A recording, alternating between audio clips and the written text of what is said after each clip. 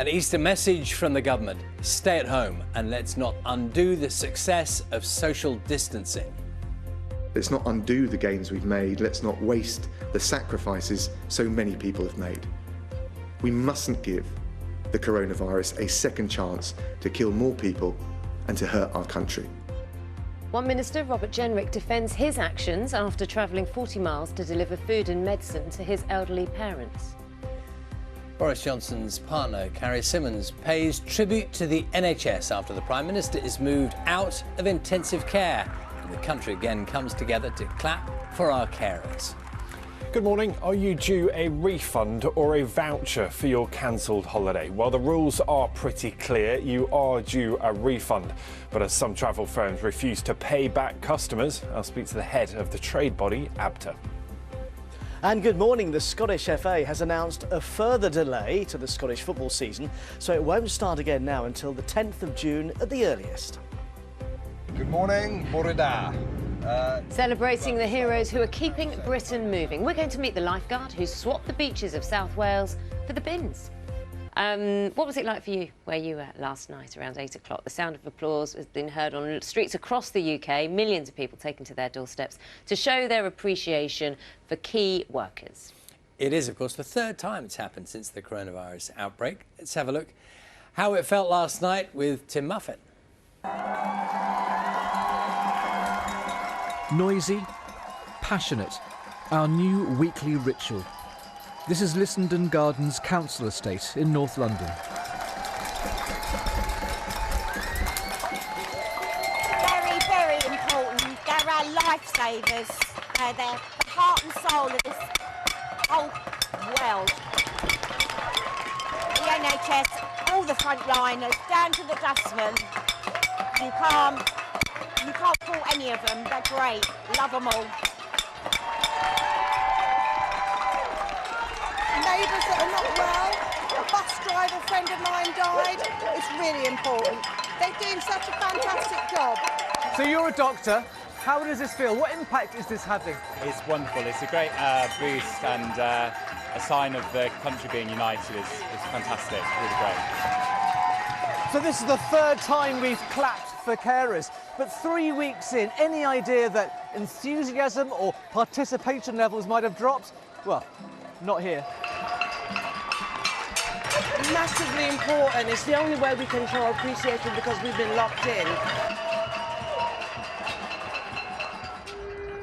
From Newcastle to Brighton, the sound of applause filled the streets and the skies.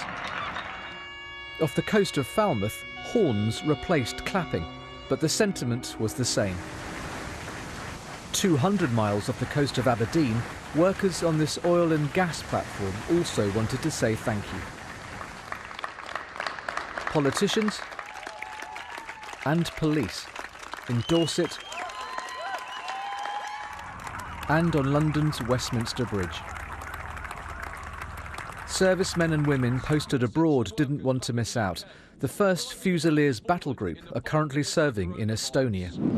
We'll keep doing what we're doing, you keep doing what you're doing. We are definitely all in this together. Now we want to make some noise for you guys to show our appreciation.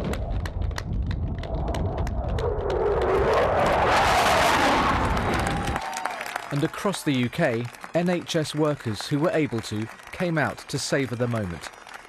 At Craigavon Hospital in Northern Ireland, at the Royal Hospital for Children in Bristol, and at St Thomas's Hospital in London, where the Prime Minister is still being treated for symptoms of Covid-19.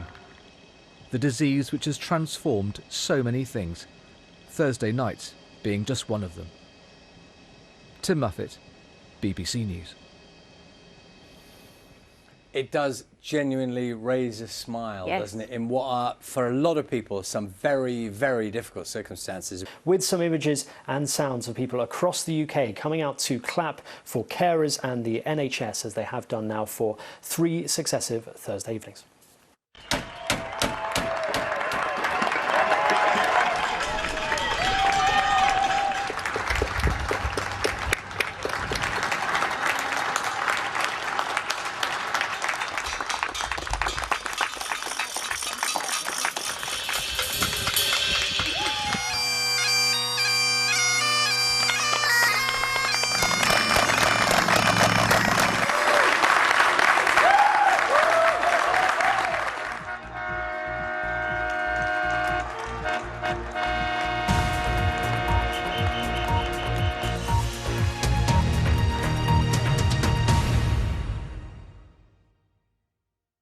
newspapers for you right now. Daily Telegraph reporting the Prime Minister Boris Johnson is in good spirits after leaving intensive care. The paper says he's now back on a regular ward. That's at St Thomas's Hospital in London.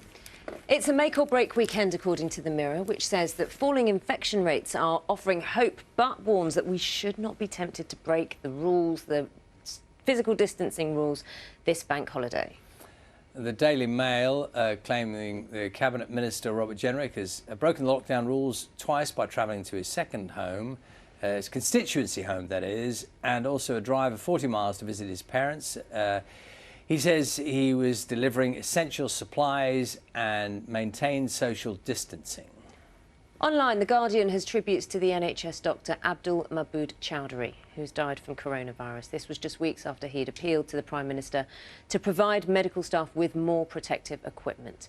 I'm going to pick up on the NHS. Of course, we were doing the clap yesterday, clap for carers and key workers, everyone who's just going that extra mile. And Charlie, I know how much you love social media, you know, Twitter, Instagram, TikTok. And coming into its own right now, though, isn't it, with so many positive messages? Absolutely is. And so what's been really fun is on TikTok, and these are making their way onto other social media platforms, NHS staff around the country doing dance routines to boost team morale and encourage the public to stay at home. So there are all these viral videos that have just been going around. You've got medics at Leeds Hospital receiving more than 50,000 views on Twitter for their staff. There were staff on St James's performing a synchronised routine to the weekend's Blinding Lights, that dance challenge which has apparently taken the internet world by storm. So I just think it's fun. It's just been fun, so I think it's a nice thing to look at. I liked in Tim's report on the clap, they were in that fantastic street with so many people out in the balconies, and he was interviewing the lady who was making a lot of noise and chatting, and the dog was barking at the same time, just to add to Animals the cacophony